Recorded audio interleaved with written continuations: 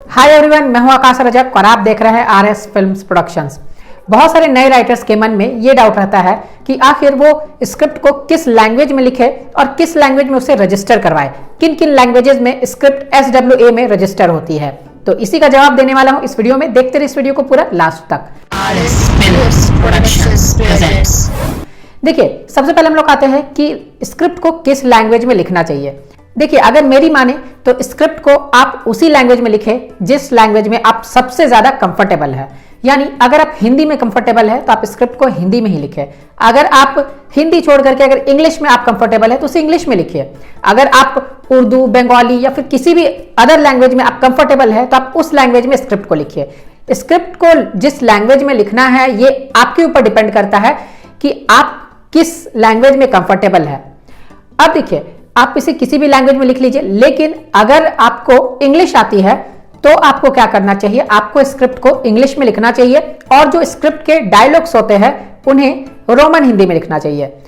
तो याद रखिए कि अगर आपको इंग्लिश आती है तो आप उसे इंग्लिश में लिखें और फिर उसके जो डायलॉग्स होते हैं उसे रोमन हिंदी में लिखें। अगर आपको इंग्लिश नहीं आती है तो फिर आप हिंदी में लिख सकते हैं या फिर आप किसी अदर लैंग्वेज में लिख सकते हैं। अब देखिए, ऐसा मैं क्यों बोल रहा हूं कि अगर आपको इंग्लिश आती है तो आप इंग्लिश लैंग्वेज में ही लिखें, ये ज्यादा बेटर रहेगा।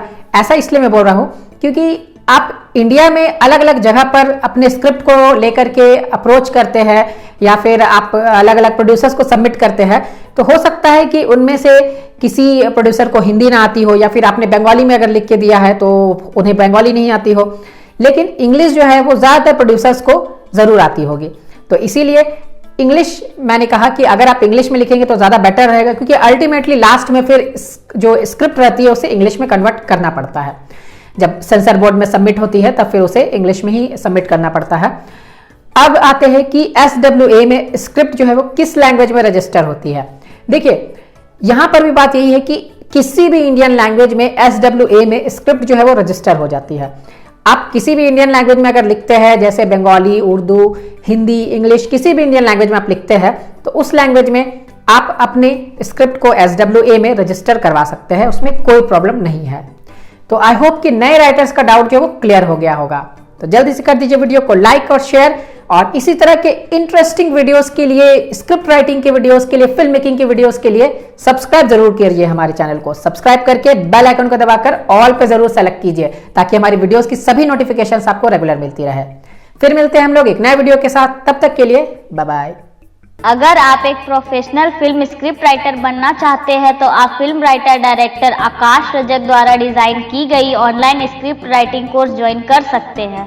इस कोर्स का नाम है A to Z script writing course. 4 महीने के इस कोर्स में आपको स्क्रिप्ट राइटिंग की छोटी से छोटी बारीकियों और बड़े से बड़े टॉपिक को वीडियो के माध्यम से एग्जाम्पल सहित सिखाया जाएगा।